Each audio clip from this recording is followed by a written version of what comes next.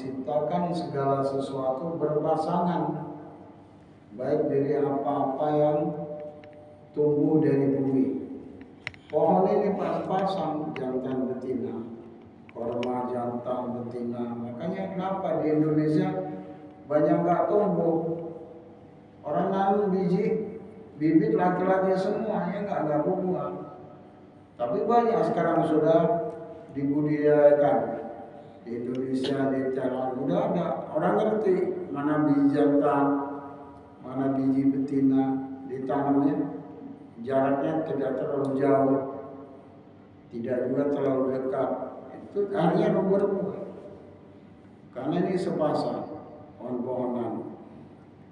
Wa min anfusihim, dari diri manusia, laki-laki perempuan nikah, punya anak, punya keturunan, namanya anak. Anaknya nikah, punya keturunan, namanya putu.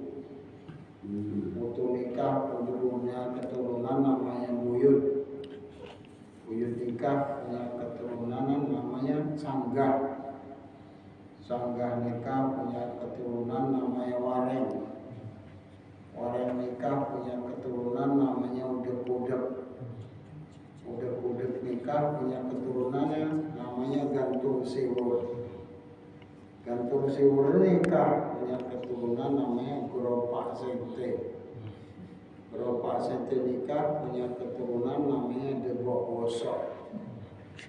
Debok bosok nikah, punya keturunan, namanya galih asem. Galih asem punya keturunan, namanya cendeng. Geropak waton. Geropak waton punya keturunan, namanya cendeng. Cendeng menurunkan giang. Giang menurunkan cumpleng. Cumpleng menurunkan ampleng. Ampleng punya anak namanya menyaman. Menyaman punya anak namanya menyong-menyong. Menyong-menyong punya anak namanya terah tumerah. 18 keturunan menurut kamus bahasa Jawa. Kalau kita orang Lampung apa? Mak pandai. Sampai buyut aja.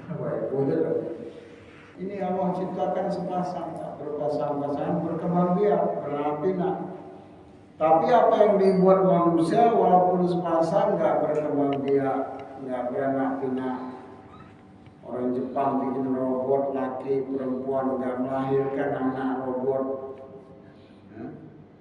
Itu tapi manusia ini kadang-kadang kagum sama Jepang, lupa sama Allah. Gara-gara motor kredit nggak ke masjid. Itu Pak. Ini Allah yang menciptakan. Kemudian Allah yang memelihara. Semuanya dipelihara oleh Allah, langit, bumi. Semua makhluk yang kelihatan nggak kelihatan, Allah yang pelihara. Satu hari Nabi Musa bertanya pada Allah, "Ya Allah, apakah engkau pernah tidur?" Maka sebagai jawaban Nabi Musa perintahkan mencari kendi tanah.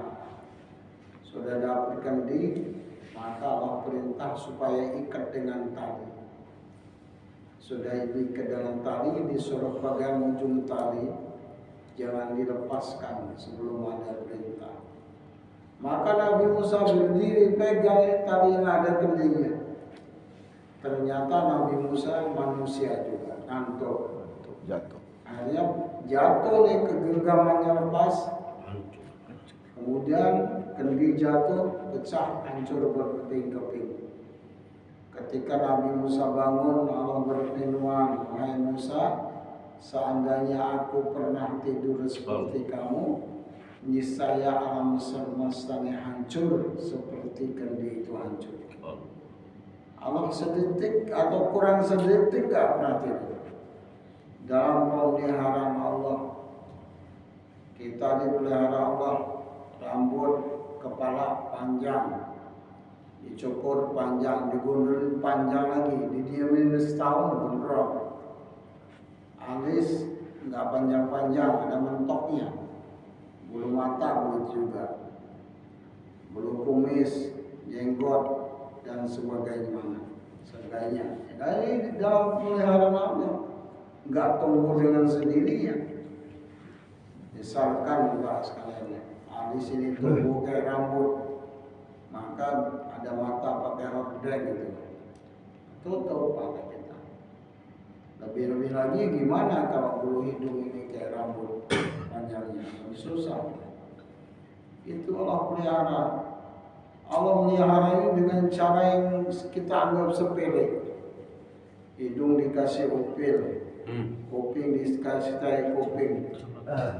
Rasanya apa itu? Pahit. Pahit ya? Pernah Pak Jimmy? Iya, pernah saya cicip.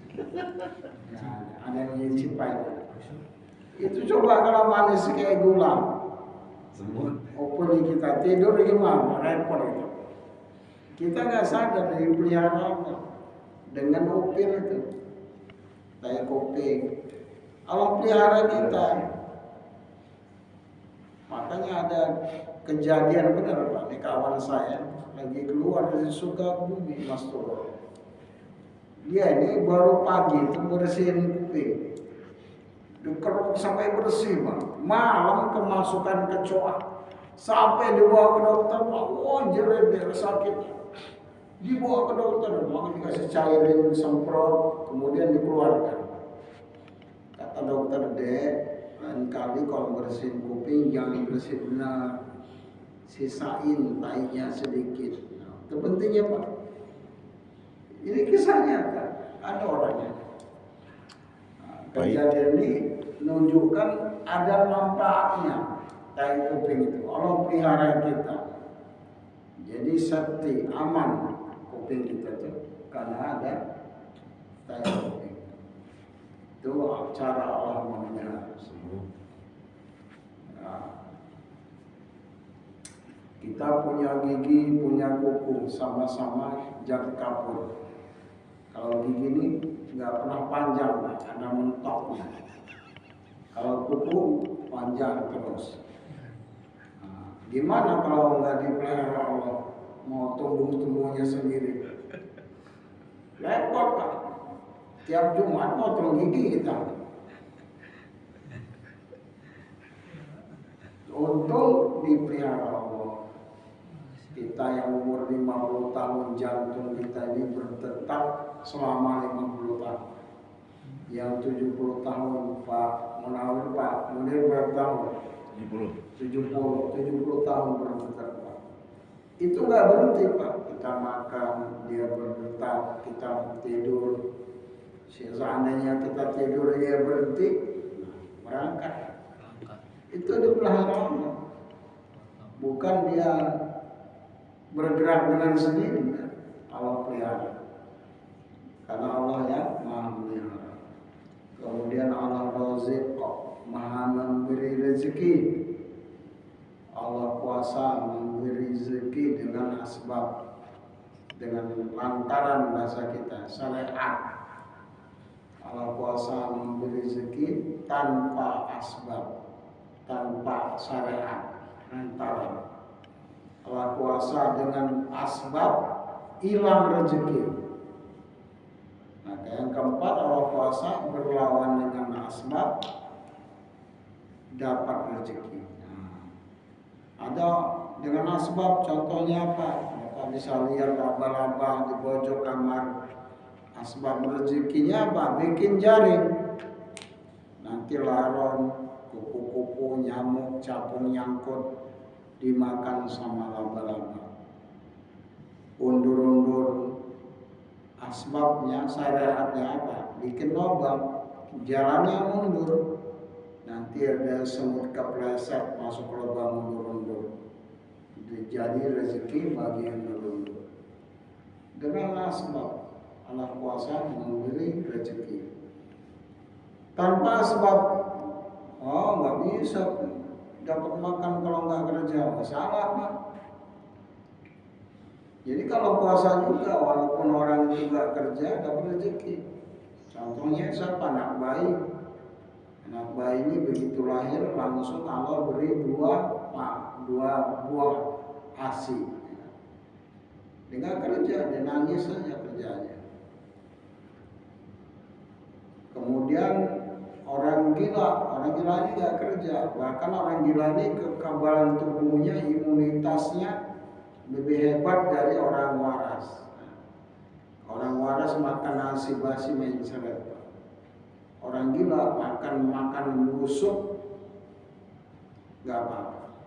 Nah, bahkan kita nggak pernah mendengar berita orang gila ini kena COVID-19. Nggak ada cerita.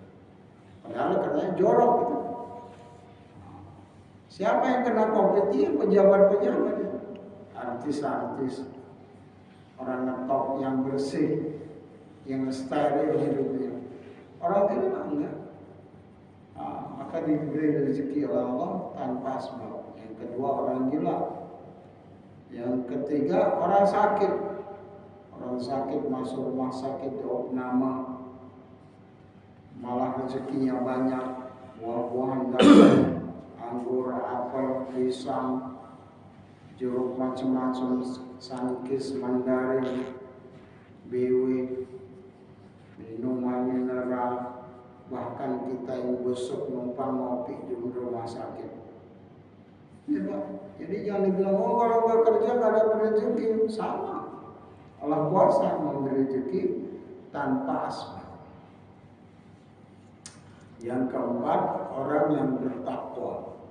Wa may yattaqillaha yaj'al lahu makhraja wa yarzuqhu min haitsu la yahtasib.